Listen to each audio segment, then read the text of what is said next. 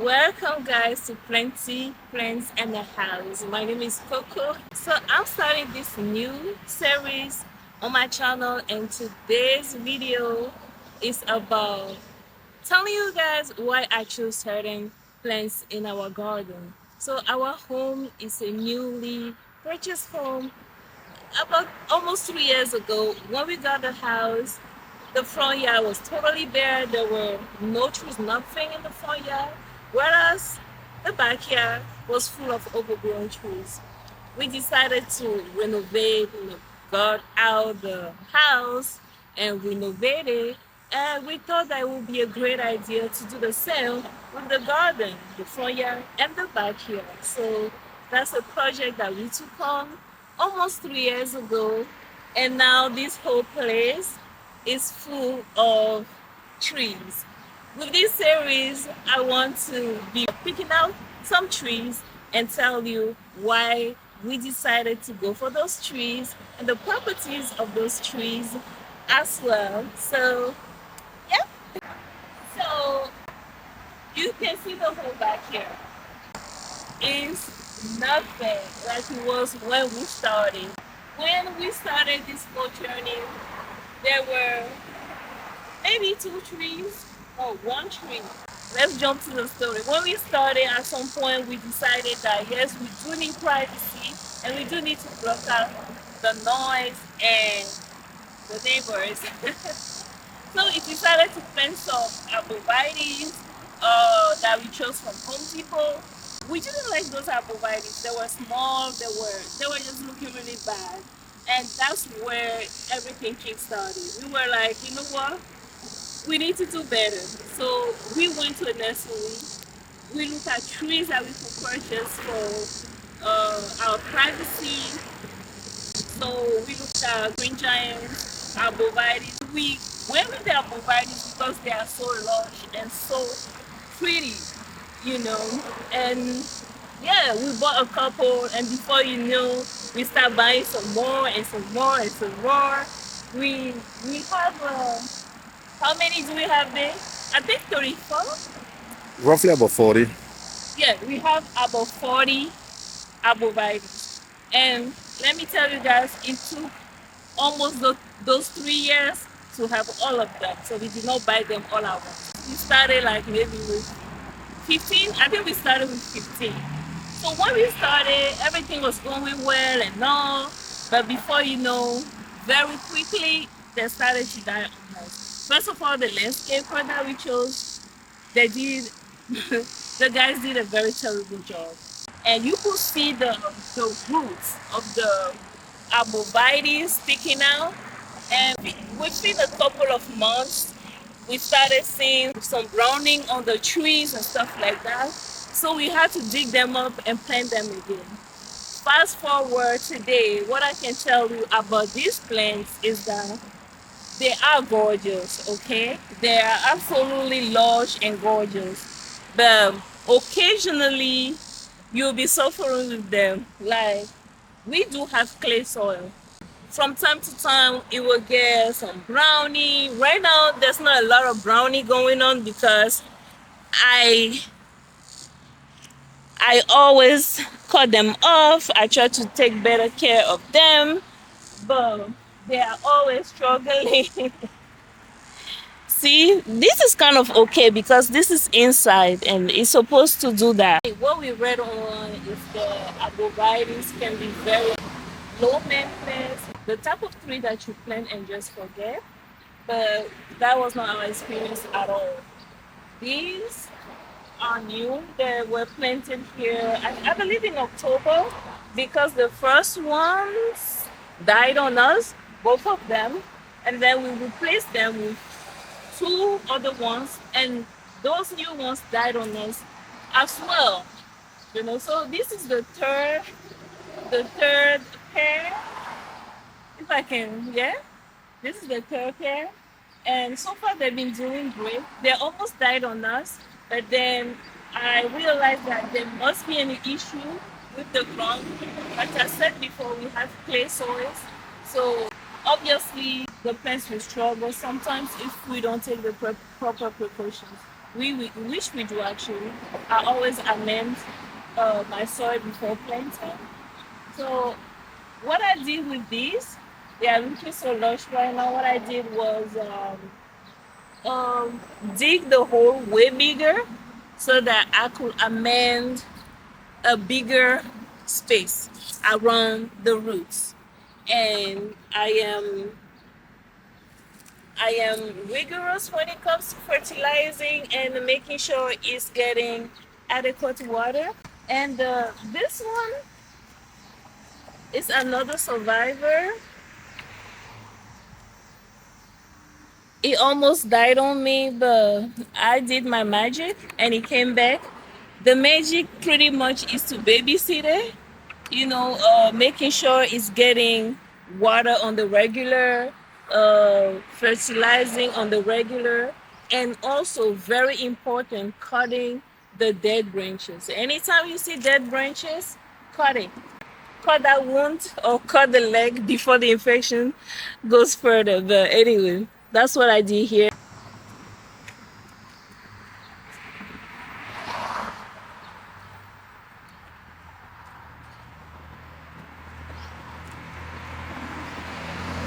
This one is our fattest Arborvitae of them all. It has always done great. For some reason, it did not struggle as much as the other ones.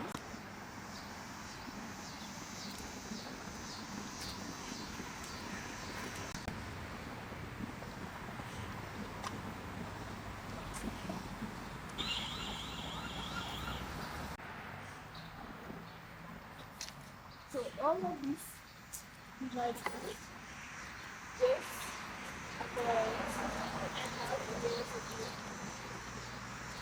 all of this is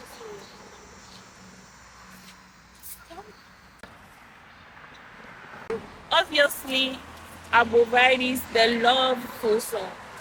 They may survive in some shade. They do need at least 6 hours of sun, and not enough sun will definitely make them struggle. So all of these are in full sun, and even though they are in full sun, they do struggle from time to time. And on the other side, they are a little bit shaded, but not significantly. They still do get the sun, the maximum amount of sun. Water requirement where we live currently, because we don't, this is actually a construction site. We don't live here. By the way, I'll make a video about how we are able to maintain all of this, not living in this house. Okay, anyway, let me go back. Water requirement. Um, where we live currently in our current home, not this home, my husband has planted an arborvitae about a few years ago, and never ever, like, he literally planted the arborvitae very close to the house, very close to cement, concrete. Never did anything to it, and that arborvitae is thriving until now. They are known to be, drought resistant. They can be. However, my arborvitaes, again, they are babies. They do require water. If they go without water for an extended amount of time, they start getting brown, and that has happened to me. So why did we choose them? We chose them obviously for privacy and for their beauty. They are gorgeous and lush. How many times have I said that? They are absolutely fulfilling their goal, which is to provide that privacy and to reduce the noise of all these cars. We took it a step further. We started adding another row of arborvitae, to create that alternate row. We wanted to create a very thick fence. And we still have many to purchase. This is what I'm talking about. You see this? Right. This is struggling, it's dying. This branch is dying. So the moment you see this, act up, right? But I can still see some new growth on them. So I will maybe only cut where the branch is truly dead, not all of it, right? Sometimes the browning is just a process. It's just yeah, the process of a tree living and going through things that they go through, just like we go through emotions, you know. So sometimes when you see this, don't be alarmed, but just keep an eye on the tree so that you can act very fast when it starts spreading. Okay. So I was talking about the alternate row. The alternate row has provided even more privacy and reduced more noise than than we anticipated. So I think that was a great idea. As you may have noticed, the trees are pretty close together, and we did that on purpose. In the beginning, we tried to leave 2 feet, to leave them 2 feet apart, which we did at the front. But we want them to be really close together because at the end, we are going to cut them and uh, make them, how do you say this? Age. Yeah, they are supposed to become a hedge that we're gonna cut. Right? It's gonna be a green wall. So to me, it's fine that it's close together, and I've seen it done plenty of times.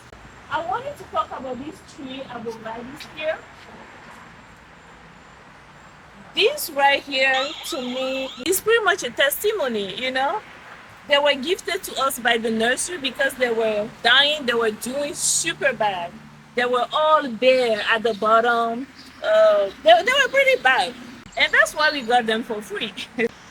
For a long time, we kind of forgot about them, left them in the pots, and then we planted them. And I did my usual stuff, which is cut off all the dead branches. If it's brown, I cut it off, and then I fertilize. I might just put the name in the video what I'm fertilizing it, but it's just an all-purpose uh, fertilizer for evergreens that you can find at Home Depot. And then water regularly. I monitor them, and I think that's the secret to my garden, to our garden. Really, we keep a close eye on the plants. So we made the mistake of leaving them to fend for themselves last year during the hot summer when we went out of the country. When we came back, the garden was pretty bad, in very bad shape. So, uh, pretty much what the key to this garden being lush right now is us being on it. Like we are on it, you know. We keep a close eye on them. So right now it looks nothing like it did when we first planted it. Now it's getting lush. There's some new growth. Yeah, come and see the new growth.